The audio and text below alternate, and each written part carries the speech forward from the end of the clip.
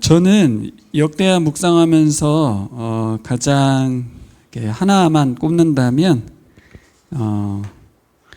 왕들의 그 마지막 기록, 장례에 대한 표현들이 눈에 들어왔습니다.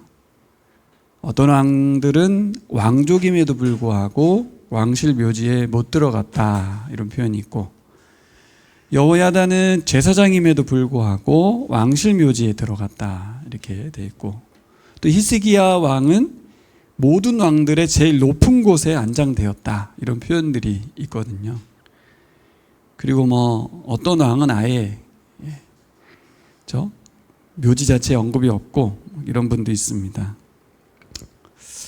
그래서 내가 죽으면 하나님은 나를 어떻게 기록하라고 하실까에 대한 묵상이 되었어요. 여러분, 죽으면 나의 인생에 대해서 숨길 수도 없고 또 바꿀 수도 없는 것 같아요. 죽으면 끝이잖아요. 내 인생을 평가만 이루어지는데, 이런 내 인생의 여정을 주님이 보고 계시다. 주님이 보고 계시다. 역대하를 보면서 그래서 마지막에 장례를 통해서 그의 인생을 어느 정도 하나님께서 판단해 주시고 계시다, 그런 생각이 들어요. 그러면서 이제 드는 생각은, 살아있을 때, 죽어서는 바꿀 수 없으니까 살아있을 때 지금 우리가 역대하 말씀을 들은 것들을 정말 이렇게 모티프 삼아서 어떻게 내 삶을 바꿀까? 그래서 나는 잘 걷고 있는지, 그리고 방향이 올바른지, 그리고 방법은 또 어떻게 사용하고 있는지, 또 그 길을 걷는 태도는 어떤지, 이런 것들을 좀 생각해 봤습니다. 요시야 왕, 역대기에서 굉장히 주목하는 왕들 중에 또 하나죠. 히스기야 왕 본문이 굉장히 길었는데 요시야도 그만큼 길잖아요. 근데 그의 삶을 한 문장으로 표현해 주는 말씀인데요, 같이 읽겠습니다. 여호와 보시기에 정직하게 행하고 다윗의 길로 걸으며 좌우로 치우치지 아니하였다. 이런 요시야 왕의 기록이 부럽습니다. 저도 이 기록의 표현 같은 삶을 살기를 소망하고요. 우리 교우들도, 또 우리 온라인으로 함께하고 있는 분들도 이 요시야 왕과 같은 한 문장이 우리 인생의 기록이 되기를 소망합니다. 여러분도 그렇습니까? 네. 근데 이게 흔한 문장인 것 같은 이 문장을 한번 좀 곱씹어 볼 필요가 있습니다. 묵상하고 또 묵상하는데, 첫 번째 우리가 볼 건 뭐냐면 여호와 보시기에 라는 거예요. 세 번역은 주님께서 보시기에 라는 거죠. 사실 우리는 보이는 시각으로 삽니다. 보이는 시각으로. 그러니까 하나님의 시각으로 보기가 어려워요. 보는 대로 살기 때문에. 그래서 첫 번째 시각은 나의 시각이 있고요. 두 번째는 타인의 시각이 있습니다. 다른 사람들이 어떻게 볼까에 대한 의식을 늘 하죠. 특별히 가장 가까운 우리 아내가 나를 어떻게 볼까? 아내는 나를 본다는 말은 판단한다는 얘기잖아요. 어떻게 판단할까? 교우들은 저를 어떻게 판단할까? 저와 함께하고 있는 이 지금 거리에 있는 동역자 목사님들은 나를 어떻게 판단할까? 그 생각 잘 안 하거든요. 근데 사실 나는 많은 판단을 하고 살아요. 우리 아내도 판단하고, 우리 교우들도 판단하고, 목사님들도 판단하고, 그러고 살고 있거든요. 자, 그럼 거꾸로 생각하면 그분들도 항상 나를 판단한다는 얘기거든요. 가까이 우리 수아가 지금 고개를 끄덕이면서 아빠를 판단하고 있다고 이렇게 이제 얘기하는 것 같아요. 그렇지. 그러면서 이래도 판단하고 있죠. 엄마 아빠에 대해서 계속 판단을 합니다. 저건 아닌 것 같아. 응? 정말 화가 난다. 그런 거 있잖아요. 네. 우리 앙지사님하고 둘이 살면서도 얼마나 서로 판단을 하고 살까요? 네. 근데 자꾸 우리가 그런 시각에는 굉장히 흔한데, 하나님께서 판단하시는 거에 대해서는 신경을 잘 안 쓰게 되거든요. 근데 역대하는 그걸 신경 쓰라는 거예요. 주님이 보시기에 라는 단어는 주님이 판단하시기에 어떻게 행해요? 이 정직하게 행했다는 말이 무슨 말일까? 주님 보시기에 정직하다는 말이 무슨 말일까? 대부분은 뭐예요? 내가 내 나름대로 정직하게 살죠. 두 번째는 이 사회 통념상 할 수 있는 최선을 다해 도덕적으로 윤리적으로 살죠. 근데 주님이 보시기에 정직한가? 이 문제가 이제 여기 이 표현에 담겨 있고요. 두 번째는 다윗의 길로 걸었는데, 다윗의 길을 걸었다라는 말, 뭐죠? 다윗의 길로 걸었다? 정확한 성경적 의미 여러분도 아실 거예요. 좌우로 치우치지 않았다, 이 말도 붙였어요. 다윗의 길을 걸었는데 치우치지 않고 바르게 걸었다, 이렇게 말하거든요. 이 문장 자체를 해석해 볼 수는 있죠. 그냥 이 한 문장만 가지고 묵상하고 해석할 수는 있는데, 왜 요시야 왕에게 이 표현을 썼는가? 그러면 요시야 왕의 삶을 살펴봐야겠죠. 제가 좀 전에 말씀드린 대로 요시야 왕의 이 문장이 우리가 사모하고 나도 그렇게 하나님께 내 사후에 평가되기를 바란다면, 그 요시야 왕은 왜 이런 평가를 받았으며 그럼 그의 삶이 뭔지를 역대하가 이 관점에서 기록할 거 아니에요. 그렇죠? 성경을 그렇게 기록을 합니다. 또 하나 이제 말씀드리고 싶은 것은, 이제 저는 11월이 되면 끝난 것 같아. 12월이 되면 끝나는 게 아니라 12월은 아마 넘어간 것 같아, 내년으로. 그래서 정리하는 시간이 11월이라고 하면 하나의 끝자락이 왔습니다. 그러면서 느끼는 건 뭐냐면, 이렇게 계절의 끝이 오듯 인생에도 끝자락의 시간이 올 거다라는 거죠. 여러분에게도 다 올 겁니다. 물론 우리 아직 젊은 분들이 많은 교회라서 뭐 이야기가 어떻게 들릴지 좀 먼 이야기로 들릴 수도 있겠지만, 우리 뭐 장례를 잘 많이 감당하시는 집사님 표현에 오는 것은 순서가 있어도 가는 건 순서가 없다, 이런 말을 장례식장에서 많이 사용하죠. 맞습니다. 저보다 누가 더 먼저 가실지 몰라요. 순서대로 가진 않아요. 다른 말로 하면 조만간 우리의 삶이 종료될 수 있다는 말이에요. 내 삶이 여기서 딱 종료된다면 이 다윗의 한 문장이, 그러니까 요시야에게 해당됐던 이 한 문장이 나에게 펼쳐지기를 바란다면 시간이 얼마 안 남은 거예요. 정말 지금 내가 내 삶의 여정을 다시 한번 점검하고 돌이켜야 됩니다. 그렇게 들렸으면 좋겠어요, 이 오늘 한 문장이. 두 번째는, 저는 우리 그리스도인들은 예수님의 재림을 소망하는 사람들이잖아요. 그렇죠? 내 친구 목사님이 늘 하는 말이에요. 예수님 좀 빨리 왔으면 좋겠다고. 난 빨리 죽고 싶다고. 그런 분이 계세요. 여러분 정말 그렇게 예수님 빨리 왔으면 좋겠어요? 우리 예수님의 재림을 소망하는 사람들이거든요. 근데 재림을 소망하지 않게 되죠. 이 대한민국이 너무 좋은 나라라서 오래오래 잘 살고 싶어요. 하지만 조금 이렇게 치안도 불안하고 안 좋은 나라들은 주님 빨리 왔으면 좋겠을 것 같아요.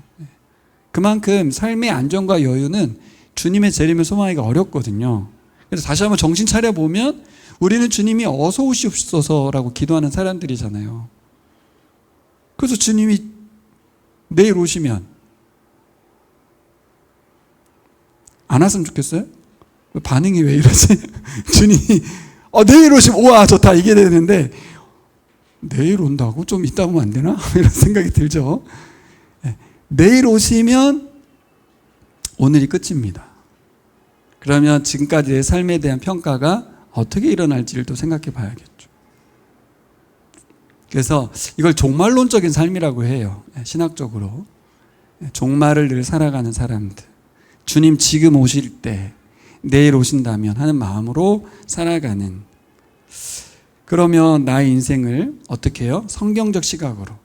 주님이 보시기에 나의 인생은 어떻게 평가될 것인가. 근데 그것만 생각하지 말고 이제 어떻게 하자고, 오늘 말씀의 핵심은 요시야 왕과 같은 평가가 되기 위해서 오늘과 내일을, 그렇죠? 우리의 이 한 해의 끝자락을 막연히 내년에는 하지 말고 이 정리하는 이 시기에 우리의 삶도 정리됐으면 좋겠습니다. 그래서 오늘 25년 11월 2일인데요. 오늘 들려진 오늘 말씀에서 여러분의 삶이 이렇게 정리되고 또 새로워지는 그런 시간 되기를 소망하면서 요시야 왕의 이야기 34장 말씀을 나누려고 합니다. 자, 요시야 왕 이야기를 가보겠습니다. 제가 일부러 성경을 다 읽었는데요. 많이 찾아보기보다는 쭉 진행하도록 하겠습니다. 자, 요시야 왕을 설명할 때 이 말 아니면 설명이 안 되는 것 같아요. 뭐라고요? 하나님의 은혜. 하나님의 은혜 아니면 설명이 안 되는 왕인 것 같아요. 왜냐하면 아버지 아몬 왕이 요시야 왕 6살 때 왕이 됩니다. 지금 이 해가 몇 살이에요? 6살. 그렇죠. 이 해가 6살인데 뭐 한국 나이로 5살 뭐 정도 되겠지만 6살에 아버지가 왕이 됐는데요. 2년 뒤에 돌아가셔요. 그래서 8살에 요시야가 왕이 됩니다. 아버지 딱 2년 통치했어요. 그럼 6살, 8살이라는 말이 성경에 일부러 기록을 하거든요. 다른 왕들 기록하고 다른 것으로 보면 요시야는 나이를 계속 기억하고 있어요. 그 나이에. 요시야가 아직 어린 나이긴 하지만 그래도 이해 나이 정도에서 아버지가 돌아가신다. 그 기억이 있을 거예요, 아마. 그렇죠? 그리고 뭐 인생이 사라지는 거니까 상당한 충격이 있을 거라고 저는 생각을 합니다. 그리고 요시야가 아버지 뒤를 이어서 8살에 이제 왕이 되거든요. 8살에 왕이 뭐 자기가 된 게 아니잖아요. 그죠? 사람들이 세운 거죠. 그렇죠? 근데 아몬이 어떻게 죽었습니까? 그 앞장을 보시면 아몬이 죽음은 굉장히 슬펐어요. 그 요시야는 아버지가 세운 왕이 아닌 거예요. 아버지가 요절을 하고, 예? 그리고 요시야는 백성들에 의해서 다윗의 혈통이기 때문에 어쩔 수 없이 세워진 왕이거든요. 3절을 보시면 16살인데 성경은 이런 표현을 써놨습니다. 아직도 어렸을 때라는 표현을 썼어요. 왕이 된 지 8년 뒤에 있거든요. 8 더하기 8은 16이잖아요. 16살이거든요. 지금 수아 나이가 14살이거든요. 중3 나이 정도 될 때에 3절은 읽어봐야 됩니다. 34장 3절 같이 읽겠습니다. 잠깐만요. 3절. 네, 3절 시작. 요시야는 왕이 된 지 8째 해에 아직도 매우 어린 나이에 조상 다윗의 하나님을 찾기 시작하였다. 그의 통치, 여기까지네요. 그렇죠? 12년 이야기는 이제 6년 뒤 이야기니까. 자, 3절을 보면 아직도 그는 어렸다. 어렸다라는 걸 일부러 성경이 강조하고 있죠. 근데 이게 은혜입니다.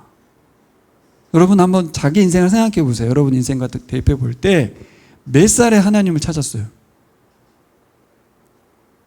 몇 살에 하나님을 인지하셨어요?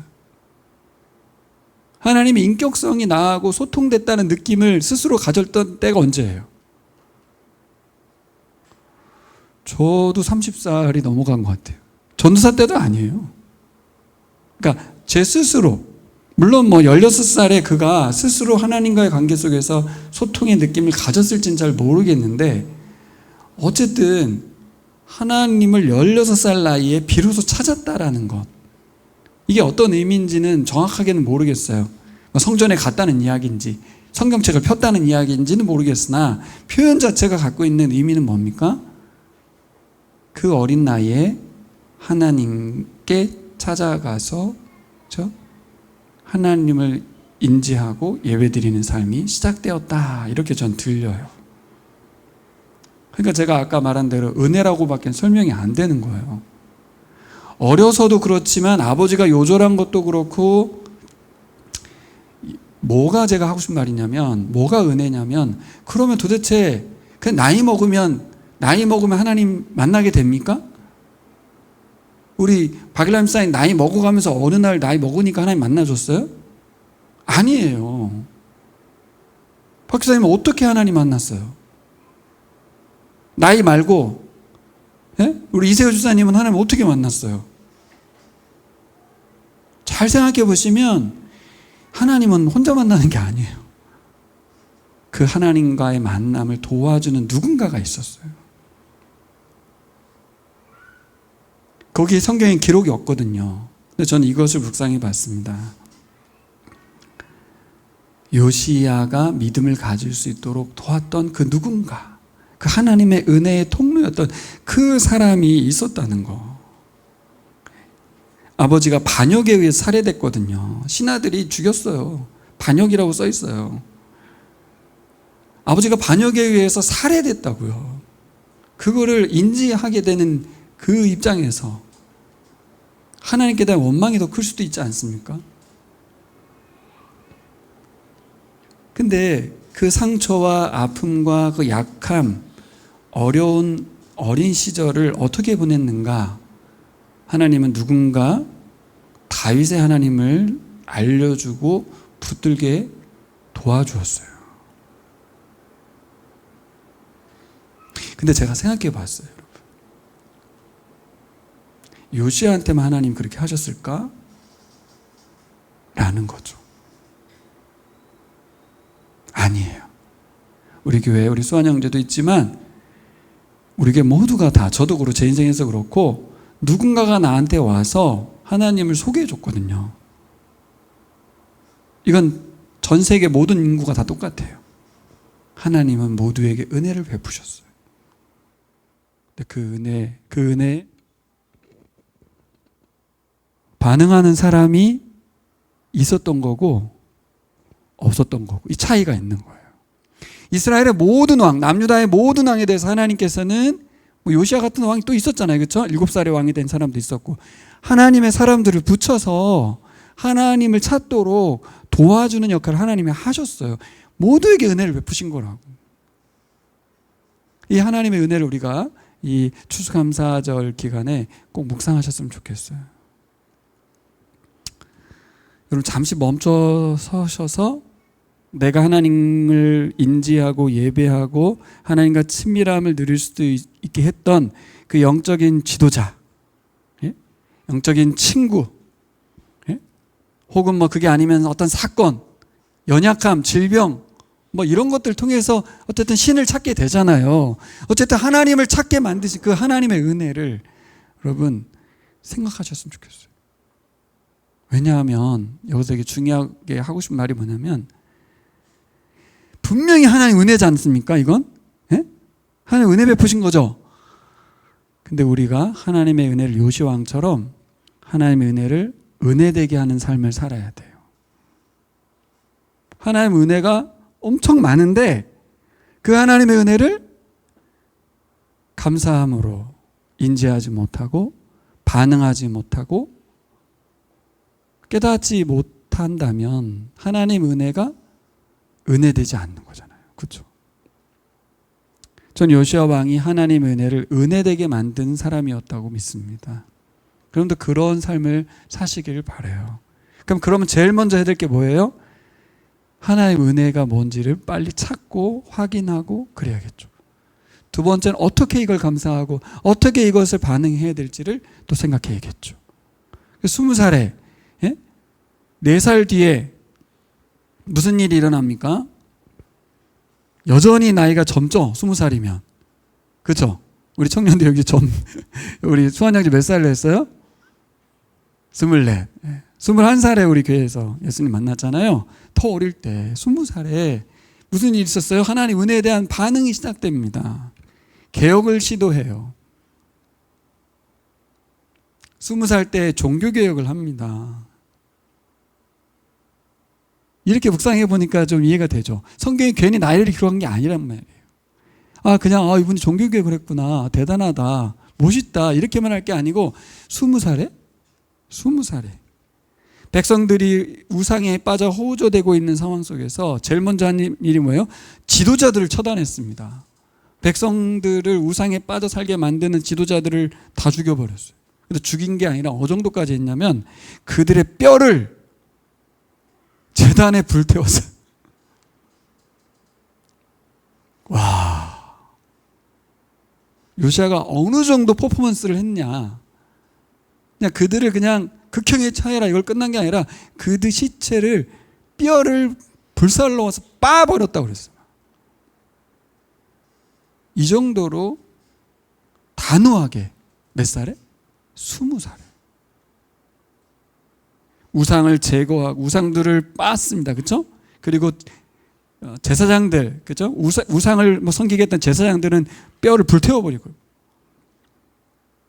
그래서 어떻게 무덤에다 갖다 다 뿌려버리고, 이 모든 행위들을 한번 상상해 보세요, 여러분. 20살 된 왕이 주상같이 막 이걸 해나가는 거예요. 이게 어디서 비롯된 거냐고요. 좀 무섭지 않습니까? 우리가 요즘 내란 사태에 대해서 지금 계속 처단을 해나가고 있는 상황에서 법원이 자꾸 이렇게 기각하고 막 이런 일이 생기고 있는데 이게 어렵거든요. 왜냐면 사람들을 자꾸 용서해 주자. 뭐 실패한 계엄 아니냐. 그냥 좀 빼주자. 이런 말 계속 하거든요. 아마 정권 바뀌면 바로 풀려나실 거예요, 아마. 사람은 그래요. 근데 20살짜리 왕이 무슨 이게 말이 안 되는 처단들을 해나가는 거거든요. 이거는 자기가 보복하는 게 아니라 하나님을 섬기지 못하도록 만든 그런 사람들에 대해서 청소를 해나가는 작업이죠. 6절을 보면 또 어떻게까지 합니까? 북왕국의 원정을 갔어요. 남유다 왕인데 이미 아수르에 점령된 그 땅에 가서 제단을 헐고 우상들을 빻고 가루로 만들고 모든 태양상을 찍어버리고 그리고 예루살렘으로 돌아왔다, 이렇게 되어 있어요. 사실 이런 일은 시키는 거예요. 자기가 하는 게 아니에요. 왕이 뭐 이런 일을 해요. 근데 일부러 가서 다 그걸 하는 거예요. 하나님 은혜에 대한 첫 번째 반응이 뭐였어요? 자신이 지은 죄를 회개하는 정도로 끝나는 게 아니라 이 왕의 죄는 모든 백성의 죄가 다 내 죄이기 때문에 내가 직접 이 문제를 해결하리라. 왕이 직접 나서서 우상척결을 진행했습니다. 20살에. 우리는 그렇게 생각하잖아요. 내가 믿은 지 얼마 안 됐어. 나이도 얼마 안 됐어. 내가 뭘. 그러니까 아니라니까요. 하나님을 16살에 만났던 그가, 그렇죠? 20살에서 4년밖에 안 됐는데도 신앙적으로 종교개혁을 하면서 이 나라 전체를 하나님의 나라로 바꾸는데 앞장섰습니다. 근데 제가 여기서 두 가지를 묵상했는데요. 남유다 왕들 중에 우상 척결을 시도한 왕들이 여럿 있었잖아요. 그렇죠? 앞선 왕들이 계속 해왔거든요. 근데 여러분 보시면 여전히 손에 우상이 쥐어져 있어요. 제가 원리를 발견했어요. 첫 번째, 우상은 근원적으로 제거가 되지 않는다는 거예요. 우상은 제거가 안 된다. 하고 또 하고 계속 해도 근원적으로 우상 제거가 안 된다는 거예요. 계속 죄악이 싹트고 싹터 올라온다는 거예요. 두 번째는 그러다 보니까 무슨 일이 생길 수 있냐면 우상을 붙들고 있는 삶이 죄악으로 인식되지 않는 거예요. 우상 붙들고 있는 게 너무 오래되었고 평범해졌고 누구나 붙들고 있으니까. 근데 놀라운 건 여러분, 이런 상황 속에서도 제사를 드리고 예배를 드리고 절기를 참여하고 안식일을 지키는, 그게 이제 유대인이거든요. 종교 혼합주의라고 하죠. 그렇죠? 제일 위험한 게 자기 객관화인 것 같아요. 나름 잘 살고 있고 하나님께 열심히 하고 있다고 하면서 우상은 계속 붙들고 있는 이 모습.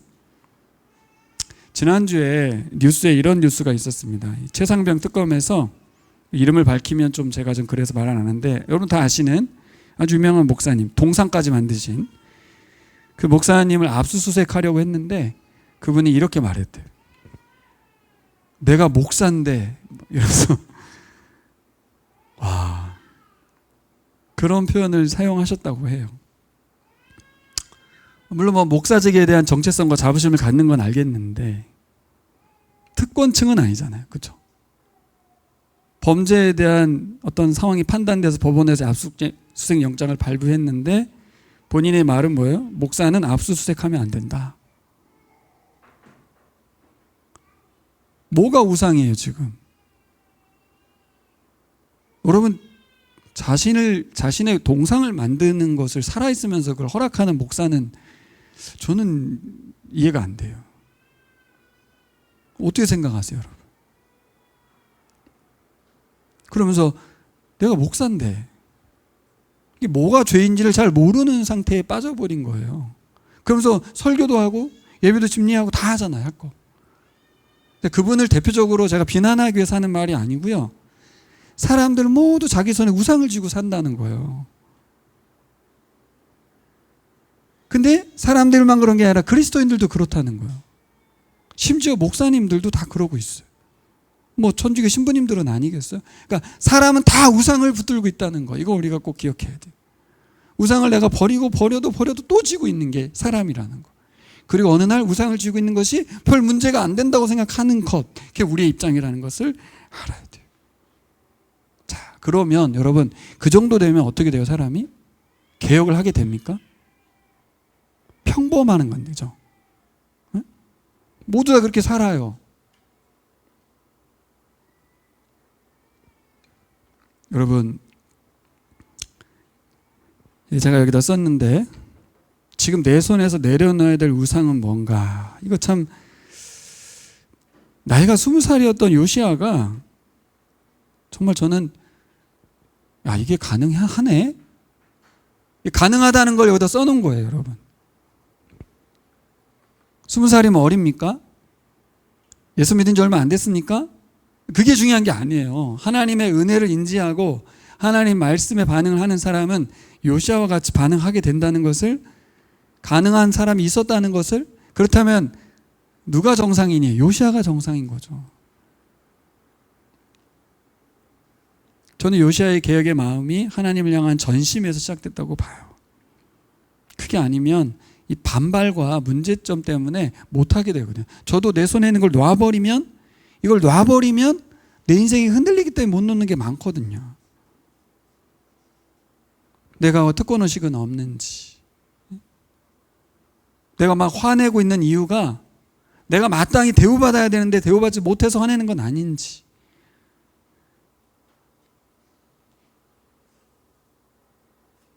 그래서 뭐부터 점검해야 되냐면 난 정말 하나님만 전심으로 섬기는 건지, 나를 왕으로 삼고 나를 추앙받고 내가 더 이렇게 살고 있지 않은지. 그게 우상이잖아요. 그렇죠?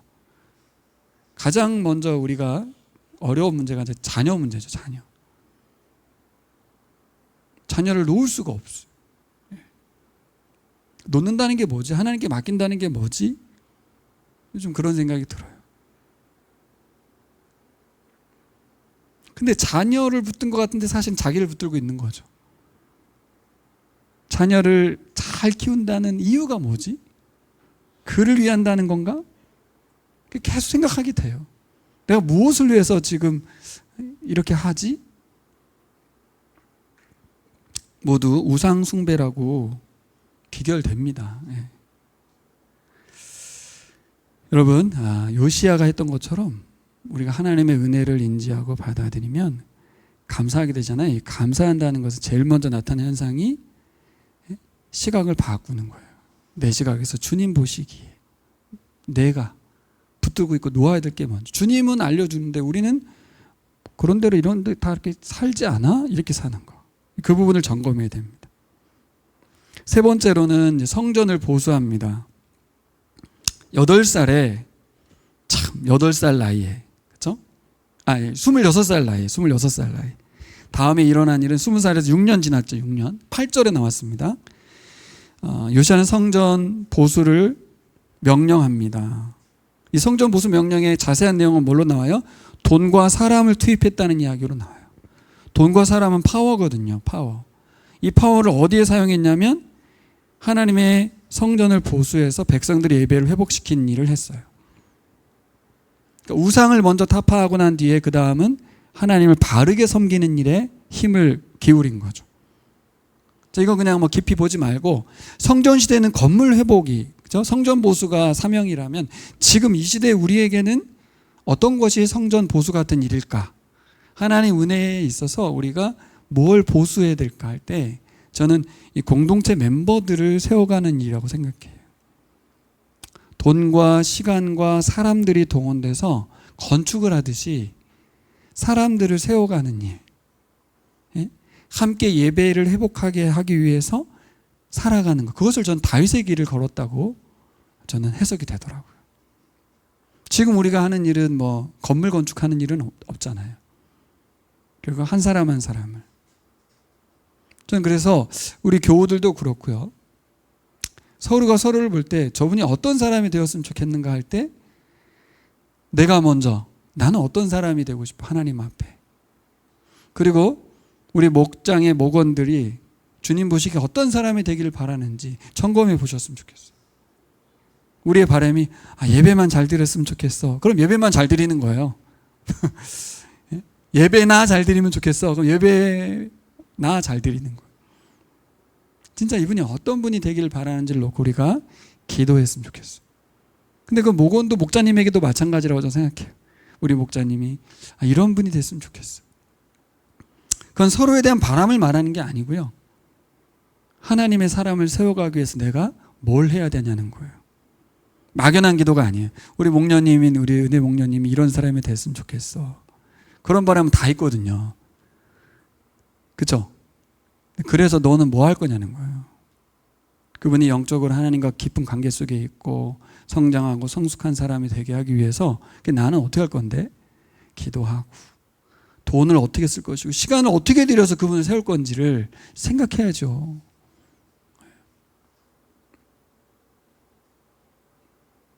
제가 나이가 벌써 51인데 제가 계속 묵상이 되더라고요. 저는 진짜 어린 것 같아요. 엄청 어려요. 사회적으로든 개인적으로든 많이 어린데 나이는 벌써 50이에요.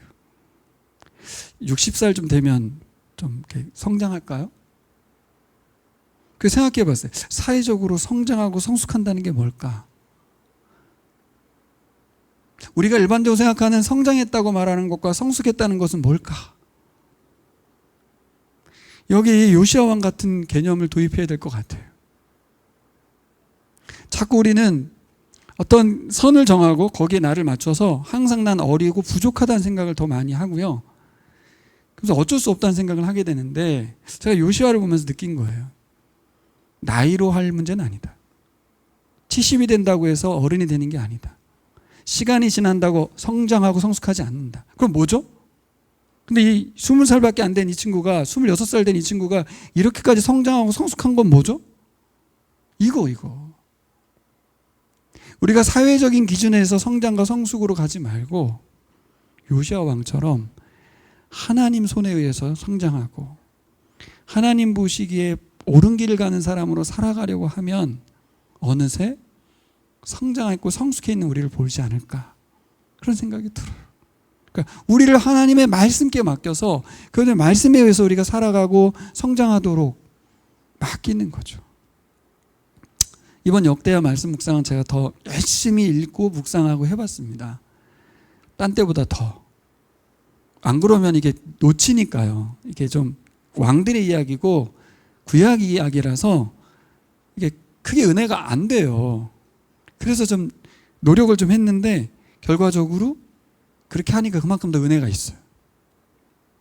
제가 더 신경을 써서 하니까.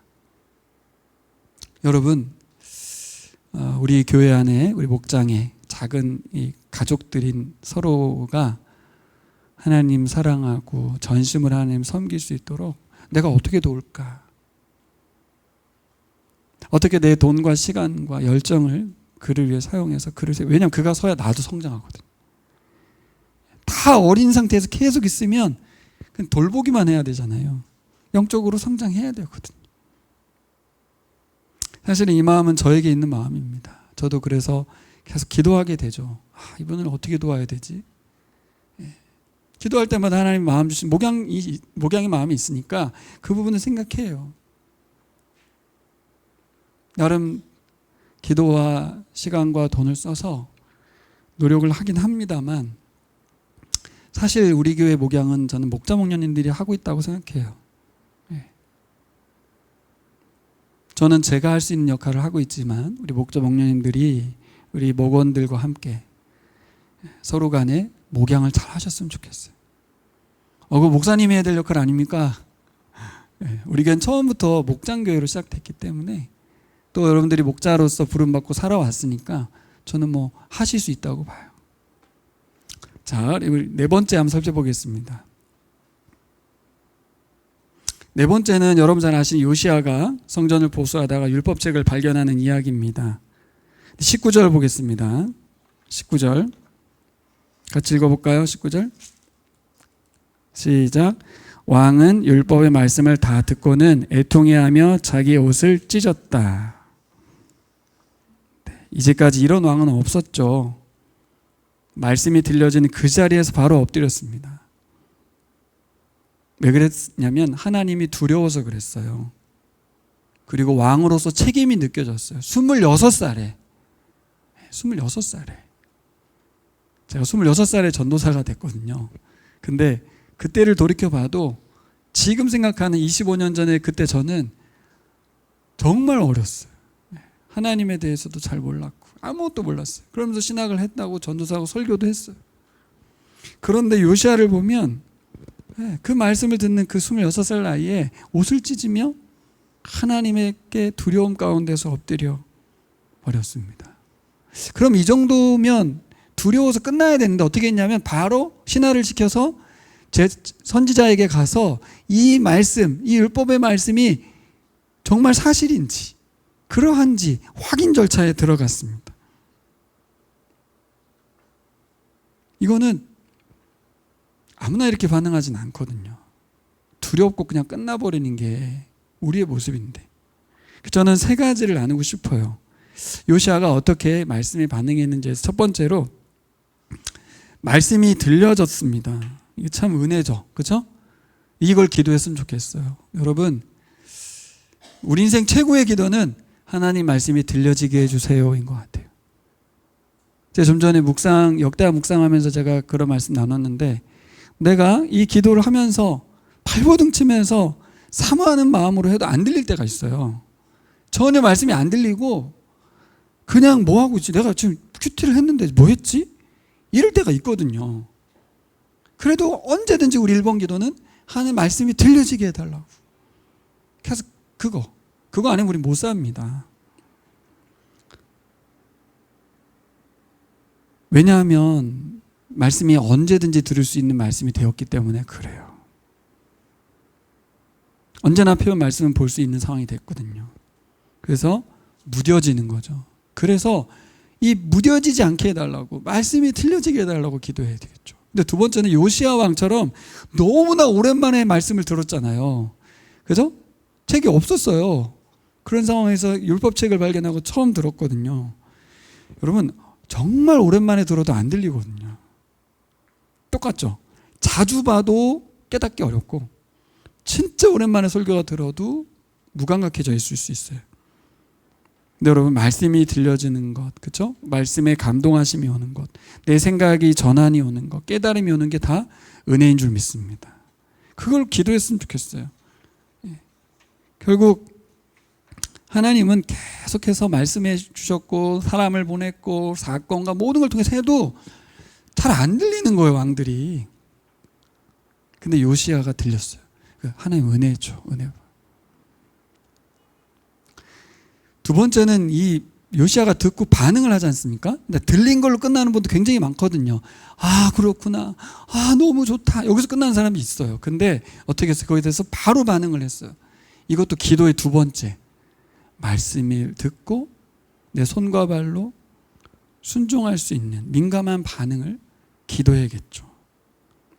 요시야에게 들려진 말씀은 신명기 말씀이었던 것 같아요. 너희가 내 말대로 순종하지 않으면 그 저주와 벌을 피할 수 없으리라. 이게 신명기 말씀의 신명기적 율법서라고 하거든요. 근데 돌이켜볼 때 지금 이 나라가 이렇게 위태로워진 이유가 말씀에 대한 불순종인 거를 알았어. 그래서 이 나라가 하나님의 진도를 피할 수 없다는 걸 알았어요. 그러면 알면 어떻게 사람들이 어쩔 수 없구나 그러고 끝나는 사람 많거든요.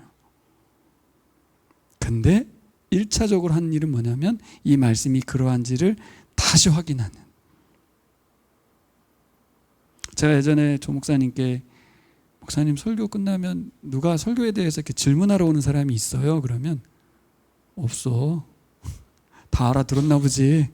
그럴 때가 있거든요. 그러니까 저는 좀 많이 물었던 것 같아요. 무슨 말씀이시고 어떤 뜻이냐. 물론 수환이도 뭐 좀 그러기도 했고 옛날에 장재영 제가 참 많이 그렇게 했어요. 상당히 많이 물었죠. 계속 물었습니다. 그럼 저한테는 수요예배 설교 원고를 달라고 자기 읽어보겠다고. 네. 물론 지적인 걸 추구하는 친구긴 하지만 그런 마음을 갖고 있는 사람이 드물거든요. 어떻게든지 말씀의 그 원래 뜻을 알고 싶다. 이렇게 설교만으로는 내가 좀 이해가 약한데 좀 설명해 달라. 이런 분들이 있었거든요. 네. 그래서 여러분, 말씀이요, 우리가 은혜 받는 데 많이 집중하잖아요. 내게 감동이 되고 깨달음이 되는 걸 바라죠. 근데 오늘 말씀은 그게 아니고 죄를 지적하는 말이었어요. 저주와 심판의 말이었어요. 근데 그런 말 잘 안 들리거든요. 듣기도 싫고 남한테만 그렇게 됐으면 좋겠고 나한테는 그런 하나님이 아니셔 하고 넘어가게 되는데 안 그랬어요. 그래서 우리가 다시 한번 점검해 봐야 될 게 뭐냐면 이 하나님의 심판과 징계와 진노의 말씀도 들리는지 제가 이번에 좀 살펴본 거예요. 그게 역대하에 안 들렸거든요. 우리가 하나님 말씀 듣는데 이런 것들은 그냥 휙 지나가고 마음에 와 닿는다는 게 뭐예요? 다 내게 좋게 들리는 것들만 좋지. 널 죽여버리겠어. 응? 다 씨를 말려버리겠어. 이런 말들은 안 들려요. 하나님의 심판의 말씀이 안 들린다. 두렵지도 않아요. 복음을 듣는 우리가 하나님 사랑의 하나님이니까, 용서의 하나님이니까. 근데 그 경고와 심판의 메시지도 들리신 여러분 됐으면 좋겠습니다. 그게 은혜입니다. 그래서 내가 그래, 심판과 경고의 말씀이 들리는 게 은혜지. 그거 돌이키게 되잖아요. 그죠? 그게 은혜입니다. 우리가 어떤 은혜를 구하는지 한번 잘 생각해 보세요. 두 번째는 26절에서 27절 말씀인데요.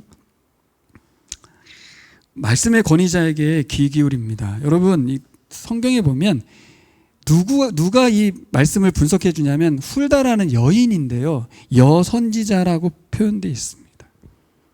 여러분, 이 시대에도 여성의 인권은 인정이 어렵죠. 그렇죠?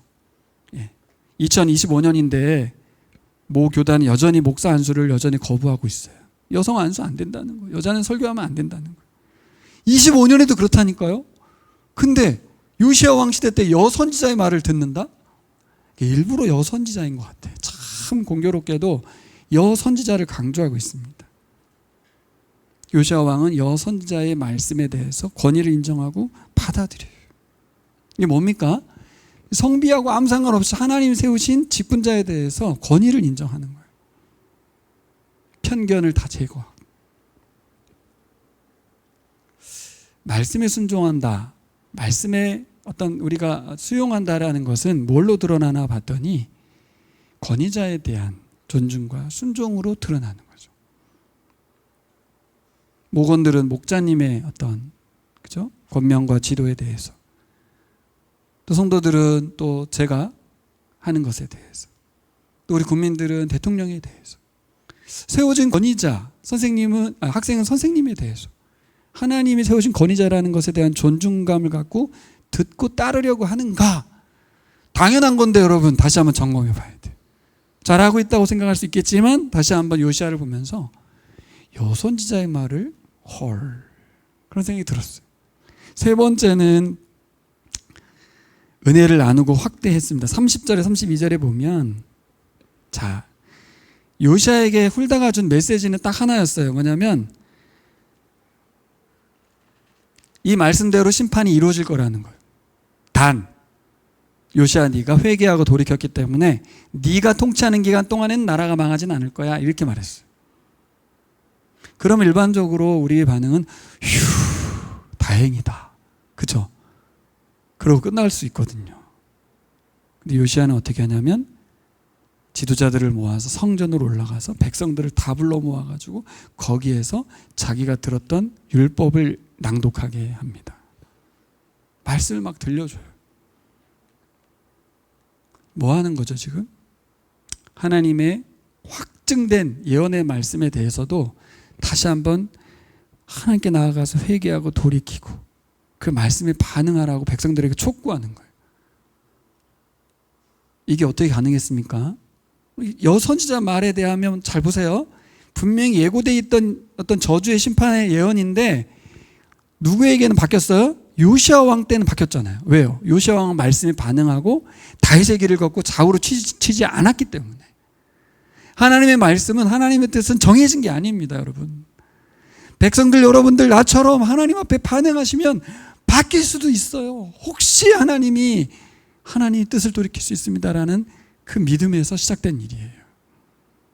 우리가 얼마나 스스로 나는 아니야, 쟤는 아니야 이러고 있을 때가 있습니까? 아닙니다. 그분이 살아있는 동안만큼 끝까지 우리는 최선을 다해서 그가 하나님 앞에 설 수 있도록 도와야 될 줄 믿습니다. 자, 그러면 두 가지를 해야 되는 거예요. 하나는 요시야처럼 내가 하나님과 그렇게 친밀하게 살아가는 삶을 사는 거죠. 두 번째가 그분도 그렇게 살기를 기도하면서 돕는 거죠. 두 가지 하는 거예요, 제가 보기엔. 요시야가 전 그렇게 살아갔던 것 같아요. 여러분, 말씀을 정리해 보겠습니다. 사도행전에 보면 사도 바울이 아그리빠 왕 앞에서 했던 말이 있어요. 아그리빠 왕이시여, 내가 이렇게 결박된 것 외에는 당신도 나와 같이 되기를 바랍니다. 이렇게 말하거든요. 사회적으로 볼 땐 내가 이렇게 죄수로 잡혀와가지고 당신 앞에 죄인으로 여기 서 있지만 당신도 예수 믿으면 좋겠다고. 내가 결박된 죄수지만 난 자유자고 하나님의 통치를 받는 복음으로 새롭게 태어난 사람이라고. 그럼 우리가 사실 내세울 건 없죠. 저도 뭐 실력이든 학력이든 뭐 어떤 내세울 게 없습니다. 여러분도 어떻습니까? 사회적으로 뭐 관계적으로 우리가 뭐 내세울 게 있겠습니까? 또 신앙적으로 우리가 얼마나 성장하고 성숙했겠습니까?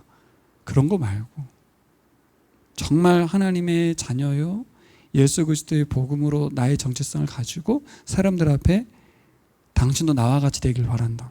그게 뭔데? 난 날마다 하나님 앞에 나아가 기도하고 하나님을 묵상하고 사람들을 사랑하고 또 내 주변에 있는 사람들이 그 내가 누리고 있는 하나님과의 그 샬롬을 같이 누리길 바라고 살고 있거든요. 저는 바람이 그거밖에 없어요. 당신도 나처럼 살았으면 좋겠어요. 이겁니다, 이거. 뭘 더 주고 혜택을 주실 수 있습니까?